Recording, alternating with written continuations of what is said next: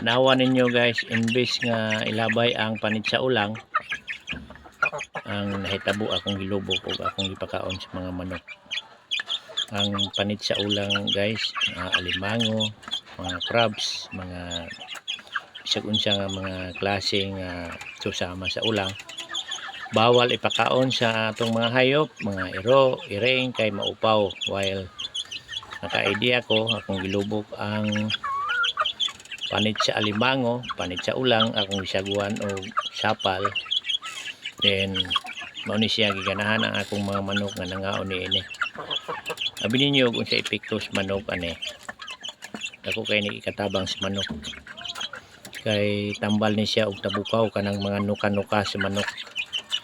Na merong matambalan aning mga panita.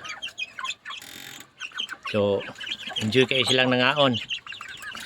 Kaya nga na ang pwede na to mahimo sa mga panit. Di na to pwede labay kay maupaw ang itong mga kahayupan. Kani siya ka mga manok nga bantam akong ipakaon guys. So medyo busog naman sila.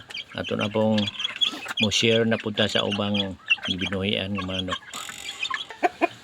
Tik tik tik tik tik tik. Nanawan ninyo, ganahan na sila. Ngaon sila maayo. So katabang kayo.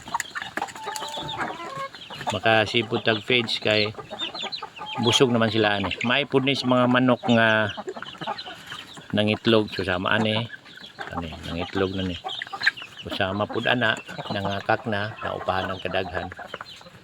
So tanawa ilang gitapukan ang panit sa alimango o panit sa ulang. Usually daghan ni siya sa mga nagpuyo daplin sa dagat. Imbis nga inyong ilabay, daghan kong nakita nga mga panit sa alimango na binag na ako sa daplin sa baybayon nga ipanglabay lang.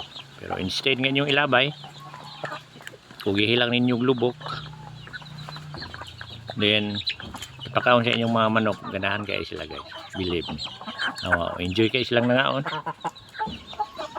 Oo. Dali ra kaayo, muragi tapukag pait-pait ang panit sa ulang.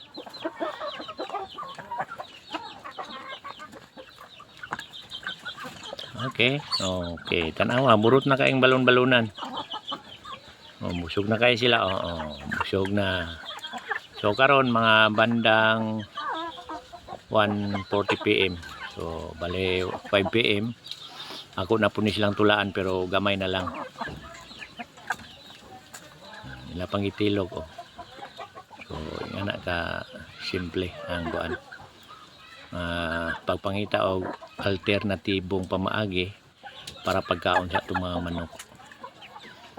So sa wala pa ka subscribe sa akong channel, please subscribe.